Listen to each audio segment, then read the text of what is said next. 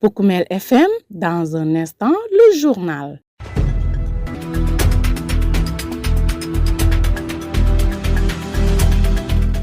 Merci d'écouter Poukoumel FM la 106.0 émettant à Goudomp. Nous sommes de retour chez vous pour votre rendez-vous avec l'info locale. Au sommaire de cette principale édition, BFM 2026, les épreuves démarrent ce 14 juillet partout au Sénégal. Dans le département de Goudomp, 2327 candidats sont attendus dans les 29 centres d'examen que compte la localité. Campagne agricole 2026-2027 à Goudomp, la distribution des semences, des engrais et des intrants progresse de façon satisfaisante avec un taux de mise en place de 100% pour le maïs et le riz selon le SDDR. À Bakoum, dans la commune de Djenné, privé d'eau et d'électricité, confronté à l'accaparement des terres et à la dégradation des vallées rizicoles, les habitants lancent un cri d'alarme pour de meilleures conditions de vie. Au même moment, les habitants de Gadapara, nous sommes dans la commune de Kolda, dénoncent le manque d'infrastructures de base, notamment l'absence d'éclairage public et l'insuffisance du réseau d'assainissement. La passe des sports va compléter cette principale édition d'information. Le journal avec Younous Baro. À la présentation, Sidou Keta est à la technique. Bienvenue à tous. Après les épreuves du certificat de fin d'études élémentaires et du baccalauréat, place désormais au brevet de fin d'études moyennes. L'examen démarre ce mardi 14 juillet sur l'ensemble du territoire national. Dans le département de Goudomp, ils sont au total 2327 candidats inscrits, dont 1148 filles réparties dans 29 centres d'examen. Les autorités éducatives rassurent que toutes les dispositions ont été prises pour garantir un bon déroulement des épreuves. Toujours chapitre éducation. En marge de la proclamation des résultats du second tour du baccalauréat 2026 samedi dernier, le président du jury 1295, logé au centre du lycée de Goudomp, a adressé quelques conseils aux nouveaux bacheliers et les invite à faire preuve de vigilance afin de ne pas manquer les différentes étapes du processus d'orientation vers les universités. Il appelle également les parents à accompagner et à soutenir leurs enfants dans cette nouvelle étape de leur parcours académique. Mori Traoré s'exprime au micro de Lamine Fati. En ce qui concerne nous, le jury 1295, nous n'avons retenu personne. Alors, c'est-à-dire nous n'avons pas retenu, c'est pas que nous qui devons retenir, mais voilà, les résultats étaient tels que tous les candidats ont été reçus. Donc vraiment, félicitations à tous les candidats. Vraiment, j'en profite pour remercier les autorités administratives, coutumières de l'école, du lycée, tout Goudomp, toute la population de Goudomp qui nous a facilité et qui a collaboré avec nous et qui nous a facilité notre mission. Alors, le conseil que je compte lancer, c'est pour dire aux élèves que c'est vrai, ils ont eu le bac, mais le bac c'est une étape, donc ils auront une nouvelle vie. Alors maintenant le statut va changer, ils ne seront plus des élèves, ils seront des étudiants. Alors je leur conseille de tenter les concours, je leur conseille d'être vigilants parce qu'ils vont avoir à faire leur choix par rapport à leur orientation dans les établissements universitaires. Donc là il y a toute une procédure à mener, donc il ne faut pas qu'ils restent dans leur coin et se dire que bon maintenant ils vont aller en vacances. Non, c'est le début d'une autre vie. Alors il faut qu'ils surveillent cela, il faudrait que la semaine prochaine, ils soient attentifs parce qu'il faut qu'ils aillent récupérer leur diplôme parce que là, on leur a donné que des attestations. Aux parents, qu'ils puissent se préparer parce que l'admission dans certaines universités demande à ce qu'on puisse faire des paiements. Donc, il faut que financièrement, ils se préparent aussi, qu'ils se renseignent, qu'ils se préparent. Même les concours aussi, il y a un aspect où on doit payer les frais de dossier. Donc, il faudrait que les parents aussi se préparent pour épauler leurs enfants pour qu'ils puissent rapidement intégrer soit l'université, soit les écoles de formation ou soit des concours. Vraiment, c'est une partition. Tout le monde doit jouer son rôle pour qu'on puisse avoir de bons résultats et vraiment préparer l'avenir de nos enfants. Parce que c'est tout ce que nous avons. Voilà. Un parent n'a de répit que si ses enfants réussissent. Voilà. Alors là, il faudrait que ce soit une collaboration de tout le monde, le corps enseignant, tout le monde, pour qu'on puisse les conseiller, les orienter, les amener vers le chemin du succès. Agriculture maintenant, et c'est pour parler de la campagne agricole 2026-2027 dans le département de Goudomp. La mise en place des semences, des engrais et des intrants se déroule et se poursuit normalement.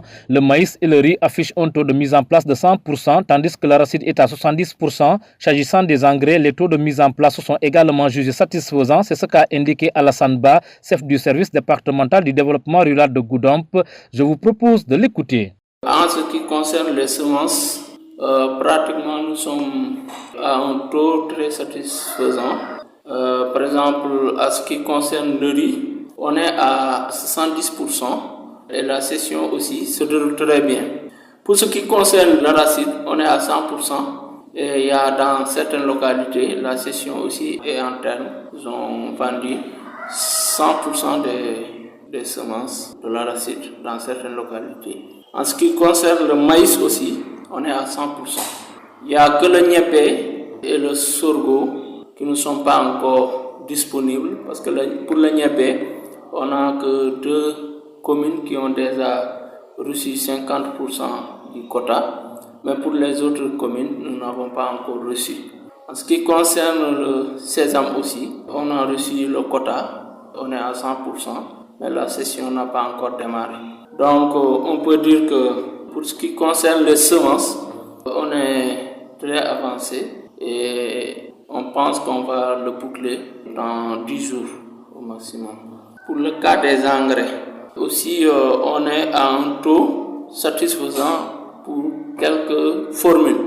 Par exemple, si on prend l'engrais 6-20-10, on est à 100% pour la mise en place et la session, on est à 50%. En ce qui concerne le triple 15, on est à 62% pour la mise en place et cette semaine, on va boucler le triple 15. L'urée aussi, on est à 100% et la session aussi, on est à 50%. Donc, le taux est très satisfaisant pour l'instant. C'est le 15-10-10 qu'on n'a pas encore reçu. On n'a pas encore eu le planning même. Mais j'espère que ça ne va pas tarder. Oui, concernant le matériel agricole, cette année, nous n'avons pas encore eu de dotation. Mais il y a des semoirs en ce moment qui sont disponibles. Parce qu'on a reçu du matériel en 2023 et 2024, mais actuellement, il n'y a que les semoirs qui sont disponibles. Et que seulement le département de Goudomp qui a un stock. C'est pourquoi les autres départements, des fois, on reçoit ici des gens qui en font des demandes, mais on ne peut pas céder le matériel sans l'aval du gouverneur et du préfet aux gens des autres départements. Mais ici, dans le département, la session est trop lente. Peut-être c'est dû au manque de grandes superficies cultivables. C'est pourquoi peut-être que les gens ne font pas trop de demandes sur les semoirs. Mais quand même, il y a des demandes en sarret et les saris, surtout aussi la houssine. Il y a beaucoup de demandes, mais malheureusement, nous n'avons pas eu de dotation de matériel agricole cette année pour l'instant. Alassane Ba, chef du service départemental du développement rural de Goudomp, sur la mise en place des semences, des engrais et des intrants agricoles pour la campagne agricole 2026-2027, des propos recueillis par votre serviteur. Vous écoutez les informations sur Poukoumel FM, la 106.0. Nous poursuivons avec les habitants du village de Bakoum dans la commune de Djenné qui réclament de meilleures conditions de vie.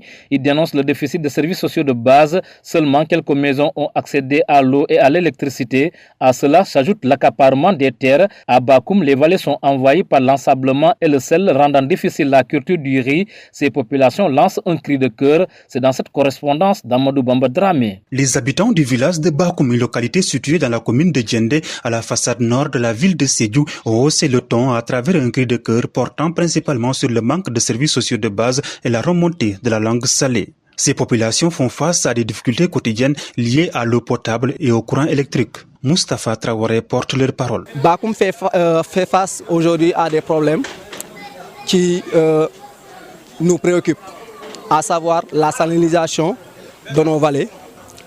Nous avons un problème d'électrification, surtout l'autre côté du village. Hormis cela aussi, nous ne bénéficions pas encore d'eau potable. Bien vrai qu'il y a certains ménages qui en ont, mais les ménages qui n'en ont pas, c'est nombreux. À cet appel de détresse s'ajoute l'accaparement des terres. Au-delà de cela, nous avons aussi nos terres qui sont accaparées par des projets. Et ces projets-là sont en pause. Nous ne savons pas si le projet va aboutir ou pas, mais nos terres sont bloquées, personne ne peut construire. personne ne peut cultiver parce que ces terres sont destinées soit pour l'université, soit pour d'autres projets de l'État. Nous demandons des explications auprès des autorités pour au moins que Bakoum puisse savoir où se situer. Interpellé, Yahya Massali, le deuxième adjoint au maire de la commune de Djendé, déclare juste que ces doléances seront transmises à qui de droit. Moi, je suis venu au nom de la mairie de Djendé.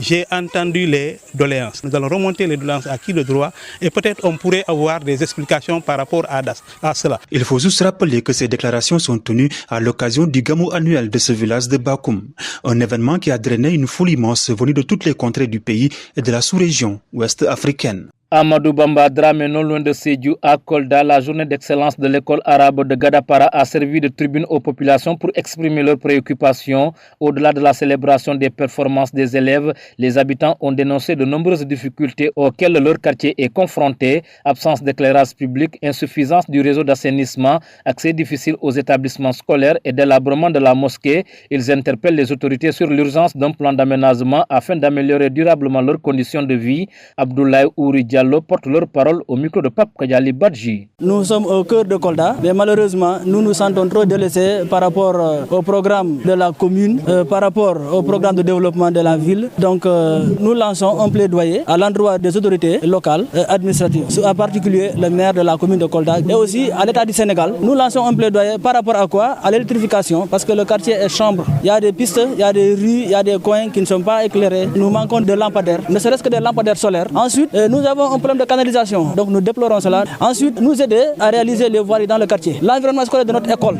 l'école d'application Gadapara, à régler l'environnement scolaire. Parce que pourquoi? Le problème du contexte Oubide Djangitei n'est pas faisable à Gadapara. Donc l'ensemble de la communauté musulmane, l'ensemble de la population de Gadapara a initié vraiment de rénover cette mosquée. Nous tendons un appel à toutes les personnes bonne volonté, à toutes les autorités locales et administratives et à l'État du Sénégal, dont ils ont un programme pour les maisons de culte. Donc nous lançons un appel fort à l'État pour qu'il nous vienne en aide. Poukoumel FM, le journal des sports.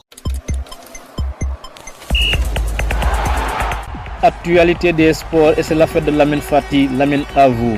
Merci beaucoup Younous. Nous démarrons cette phase des sports par la Coupe du Monde 2026. Des surprises, des confirmations et un dernier carré de prestige. Après plusieurs semaines de compétition, la Coupe du Monde 2026 a tenu toutes ses promesses. Cette édition marquée par son nouveau format à 48 équipes a offert des rencontres spectaculaires, des éliminatoires inattendus et des parcours historiques. Dès la phase de groupe, plusieurs favoris ont confirmé leur statut tandis que des sélections moins attendues ont créé la surprise en décrochant leur qualification pour des phases à éliminatoires directes. L'Afrique a notamment brillé avec plusieurs représentants à huitième de finale. Le Sénégal, auteur d'un parcours encourageant, a vu son aventure s'arrêter dès les 16e de finale face à une solide équipe de Belgique 3-2. Le Maroc de son côté a porté les espoirs du continent en éliminant successivement les Pays-Bas puis le Canada, s'imposant comme la grande révélation africaine de cette édition. En quart de finale, les Lions de l'Atlas ont été finalement stoppés par la France 2-0, mettant fin au rêve africain. Younous, le dernier carré est désormais connu et promet deux affiches de très haut niveau. La France qui fera face à l'Espagne et Angleterre face à l'Argentine. 4 géants du football mondial se disputeront désormais les 2 billets pour la grande finale avec l'ambition d'inscrire leur nom au palmarès de la Coupe du Monde 2026. Younous, on termine avec l'équipe nationale du Sénégal. Le comité exécutif de la Fédération sénégalaise de football a décidé de mettre fin aux fonctions de Pape Bouna Diaw et de l'ensemble de son staff technique à la suite de l'élimination du Sénégal en Coupe du Monde 2026. La décision a été officialisée le 12 juillet 2026 après une réunion tenue le 11 juillet, mettant un terme à un mandat entamé fin 2024 lorsqu'il avait succédé à Aliou Cissé. 12 jours après cette triste fin de Coupe du Monde, à l'image de l'ensemble de la campagne d'ailleurs, le couperet est tombé fortement décrié pendant la compétition en Amérique du Nord. Pape Thiaw ne survivra pas à l'élimination des Lions et cette défaite renversante contre la Belgique 2-3 en 16e de finale du Mondial 2026. Auteur de 29 matchs dirigés, 20 victoires, 4 matchs nuls, 5 défaites, 67 buts marqués, 19 buts encaissés, 51 joueurs convoqués, 41 joueurs utilisés par Mérès et parcours, qualification du Sénégal à la Coupe du Monde 2026, vainqueur de la Coupe d'Afrique des Nations 2026, élimination en 16e de finale de la Coupe du Monde 2026 face à la Belgique 3-2 après prolongation. Younous, malgré un bilan statistique globalement positif, l'élimination prématurée au Mondial a pesé dans cette décision de la Fédération sénégalaise de football de mettre fin à son mandat. Voilà tout ce qu'on peut retenir dans cette page des sports. Il s'appelle Lamine Fati. Grand merci à vous pour ce tour d'horizon de l'actualité des sports qui referme ce journal. Le rappel des titres.